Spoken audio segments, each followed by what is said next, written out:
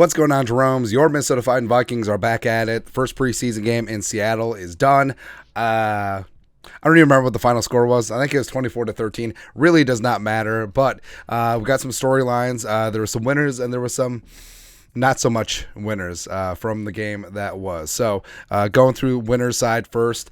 Winner number one, man of the match, you may say, Luigi Villain. The second-year former UDFA out of Wake Forest, was originally at Michigan, never really got the time of day in Ann Arbor because of Aiden Hutchinson and whatnot. So the fact that Villain, he's looking really good, man. He's had himself a nice camp, and he came in, and since the Vikings were sitting Daniil and Davenport and DJ Wanham, Villain was out there with PJ2, got some third down pressure. They're rushing from the same side, left side, right side, strong side, whatever. Had 3 quarterback hits, had a strip sack as well, and overall was just really impressive. And I think the Vikings...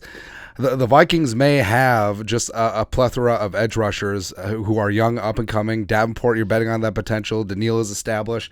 You want him in the contract year. And then Jones and Carter the second and Villain, Junior Aho in there as well. Let's go, man. Pretty damn fired up. Number 2, Ivan Pace Jr. Yes.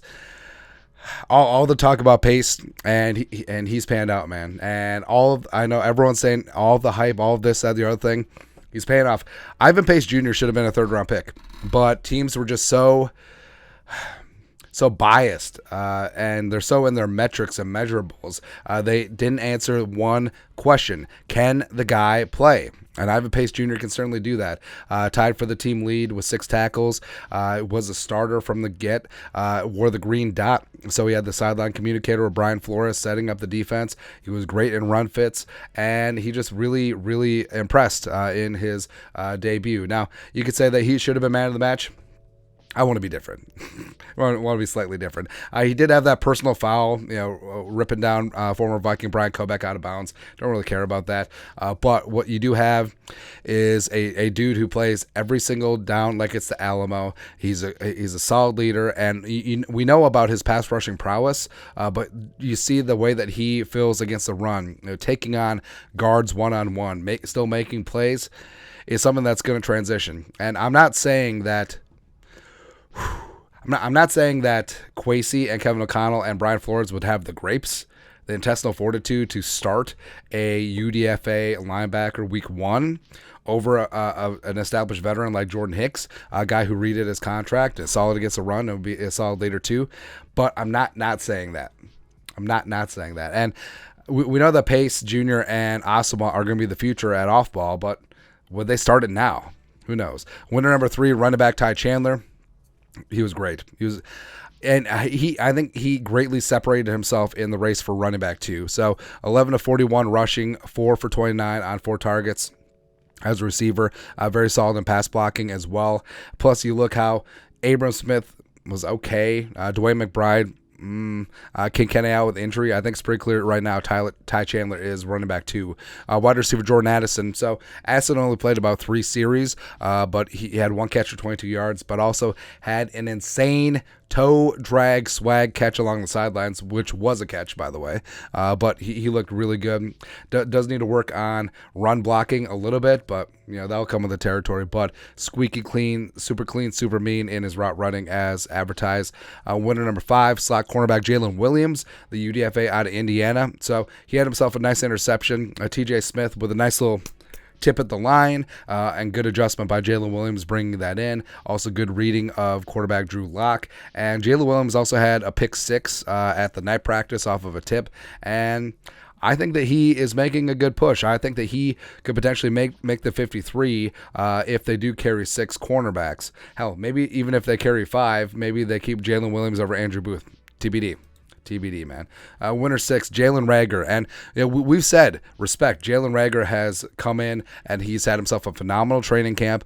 He had 4 catches for 55 yards on 4 targets. Had a tough catch over the middle where he got lit up by Kobe Bryant a little bit. And also sold the touchback on a punt, which is very, very important to do. And, Rager last year, sort of dicey as a punt returner, as well as whenever he got on the field, it seemed like he wasn't completely dialed in with the playbook. A couple interceptions were based off of him quitting on his routes. But now with a full off season and something to prove in a contract year, I think that he could be looking pretty damn good. Also, he does have the advantage. His 2.4 and 2.5-ish base salary this year is fully guaranteed. So I think that he is probably going to make the roster, and I think that he still does have good athletic ability that the Vikings can utilize as a wide receiver 4, 5, or 6.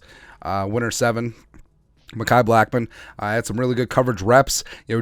Was dinged for that touchdown in coverage, but also it looked like he was looking for safety help and wasn't getting it from Jay Ward. So, I don't know, TBD there. But I do think that Blackmon has a lot of talent. Rolling with the safeties, number 8, winner Theo Jackson, tied for the team lead with tackles of 6. Was flying around doing the damn thing. Played some really good special teams last year. And the Vikings may have a good problem. Like, they may have like 6 really good safeties, and one of them they probably don't want to try and get on to the practice squad initially, but I don't know. I guess that's a good problem to have, especially since the Vikings and Brian Flores do run 3+ safeties as basically their base defense, which I'll take, man. Winner number 9, Nick Muse, your company's computer guy. 3 catches for 10 yards and a touchdown on 5 targets. Came in, made some nice blocks as well. And it does seem like the Vikings tight end room, it's Hawkinson, it's Oliver, it's Munt. But Nick Muse, I think, could be floating around as the practice squad tight end like it was last year when he came in as a rookie 7th rounder. And then Brian Flores. So the defense got a little loosey-goosey, with the third team guys in there, but that's sort of whatever. But I love that he came in with the guys that were out there, and he wasn't holding back. Like, they were either blitzing or playing games on basically every second and third down. And also, you can count on one hand or 2 hands, including the Zimmer years. Going back to 2014, how many times the Vikings have actually played true dime? So 4 down defensive linemen, 3 safeties, 3 DBs, and a linebacker. You could probably count that on 2 hands out of non-2-minute drill situations. And Flores did it on the first third down of the first drive of the first preseason game. I love it. I love it, man. I think that this is going to be a ton of fun. And it's clear that he ain't showing all his cards, but default aggressiveness is going to be the name of the game on defense. Winner number 11, Josh Oliver. So, yes, he had holding on the second play, but showed that physicality in 12 personnel. Didn't have any catches, but you could tell things are going to be different up front. And that 12 personnel is going to be the ultimate mismatch where Hawkinson and Oliver out there. If you play base, we're going to throw on you. If you go sub-package, we're going to run on you. That's when it's going to happen. Lewis Seen. So Lewis Seen had sort of a hot and cold day. Did come. He's back on the field. He hunted down Jackson Smith and Jigba on that first pass underneath. Got out leverage a few times. Need to lower that pad level a little bit, but Schlutman and Ed Ingram were starting out there with the first team offensive line because left to right it was Vidarian Lowe, Blake Brandel, Schlutman, Ed Ingram, and Oli Udoh. I did think that Schlutman and Ed did have overall pretty nice day. Ingram was good early on, sort of backslid a little bit, but quarterback Najee Thompson, he's making a push, man. He's making a push to make this team as a special teamer. The UDFA out of Georgia State had a punt return tackle, also had a down a Ryan Wright punt at the 2. And, it's pretty crowded in that cornerback room, but, he may be sliding himself ahead of guys like fellow UDFA CJ Colden, Tay Gowan, Kalam Barnes, etc., just because of that special teams play, man. Also, you got Kyrus Tonga, who I thought played really well, holding the line of scrimmage, getting a couple pressures as well. Ryan Wright, 45-yard average on 5 punts, 1 down at the 2, long at 54, picking up right where he left off. Greg Joseph nailed the 54-yarder, and as well as the rookie UDFA, Podlesny didn't get on the field as a field goal kicker. And then you got Joanne Williams, nice end zone PBU, showing off that length, showing off some great recovery speed as well, which isn't necessarily his bag. And then wide receiver N'Keal Harry, beautiful back shoulder reception from our guy Jaron Hall. And N'Keal does bring something different I don't even have him on this list. Because he took Cephas Johnson's spot. But yeah, N'Keal definitely brings something different to the table because he is that large-bodied, outside the number, jump ball, go up and get it type guy. Then we got a handful of not winners. So Nick Mullins, overall his black and white numbers look fine. 14-20 for a $139, had a touchdown, 106 quarterback rating, but he didn't look comfortable. Like, he looked a little jittery, looked a little indecisive, and I've noticed this too. Like, his velocity has dropped, and it could be the offensive line play didn't allow him to really step into his throws. But I mean, Nick Mullins does have a solid arm. I just didn't see it tonight or throughout most of training camp. Also, so our guy Jaren Hall, there was some good. Yes, the N'Keal Harry throw. There was some bad. Mainly his bad stemmed from poor offensive line play. Didn't really have the time to set his feet. They had to revert to 3-step drops consistently.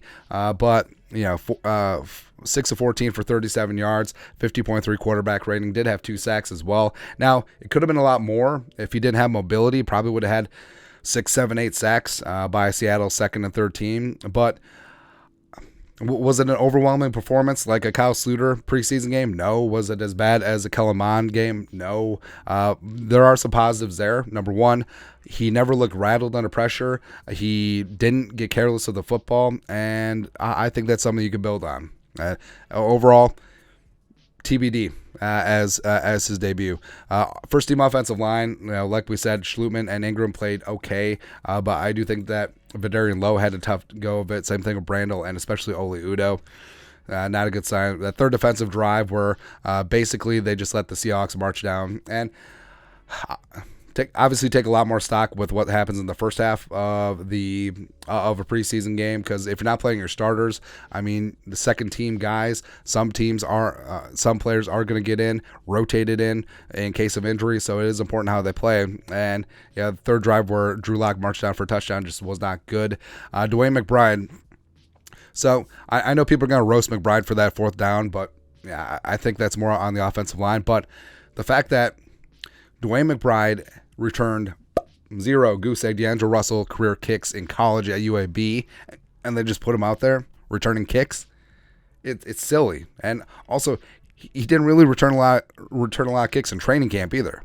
And I know experiment, try things out, but McBride, he doesn't have that breakaway speed that you want as a kick returner. It's just ludicrous. I mean, yes, King Kenny, when he's healthy, is the best in the league. Brandon Powell is a good kick returner. Jalen Reagor is a good kick returner.